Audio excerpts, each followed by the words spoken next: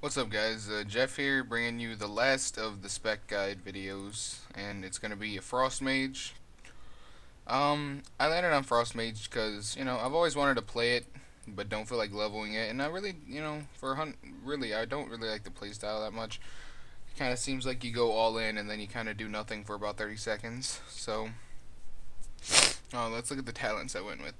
Right now, I went with Blazing Speed. It's really good to get away from people when you need it. Blazing Speed plus Blink, really, you can get some cast off now, which is why people are starting to go Frostbomb. So yeah, Blazing Speed's really good. I'm not saying don't go Palm, but seeing as it doesn't work with where the fuck is it? No, I don't even have it on my bar because I'm bad at this game. Ring of Frost. So people dropped it kind of. You can still palm Poly, or it's really good with fire. You can palm Frost or Pyroblast, but Blazing Speed is really good. And in 30, you can take two of the three. Flame Go is really good against like dot cleaves for the passive reduction. But I like Ice Barrier for teams that you can see when the cooldowns are coming and stop some of the damage, or at least make them try to dispel it if anything. And for 45, as I just said, Ring of Frost not the best anymore. So a lot of people have been going with Frostjaw for another silence. It's a 4-second silence, so you can blanket into Frostjaw into Poly, or Frostjaw Shadow Priest or some shit like that. Frostjaw is really good, and I believe it freezes him to let you deep him too. So Cold Snap's definitely the best here. Reset your cooldown on block and gives you 30% health, and you can use it when you're feared or shit.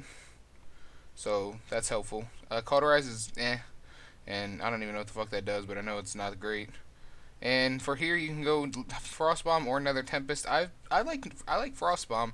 Frostbomb gives you the damage if you can get the cast off and not have it dispelled. Nether Tempest is good. I feel like Nether Tempest would be better in threes. I was playing twos this Frostbomb. It wasn't bad. I couldn't get any procs in twos from Nether Tempest, so I stopped playing as it. So I would definitely say Frostbomb is back. It's usable again. So try out Frostbomb. But, Nether Tempest is, it's possible. It's still good. Dotting up a couple people, getting some procs, and then going ham. And then down here, Incanter's Ward, 25-second cooldown. If you basically get hit once, it gives you a 30% damage buff. I don't know why I said it all weird like that.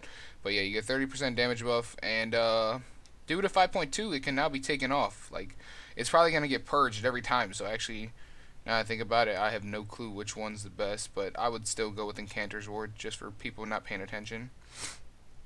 So yeah, this is the spec I went with. It looks pretty boring, but yeah, just remember you can go Flame Glow or Ice Barrier. I've seen people go Ice Ward. I believe it's just you put an Ice Ward on someone and it novas anyone near them.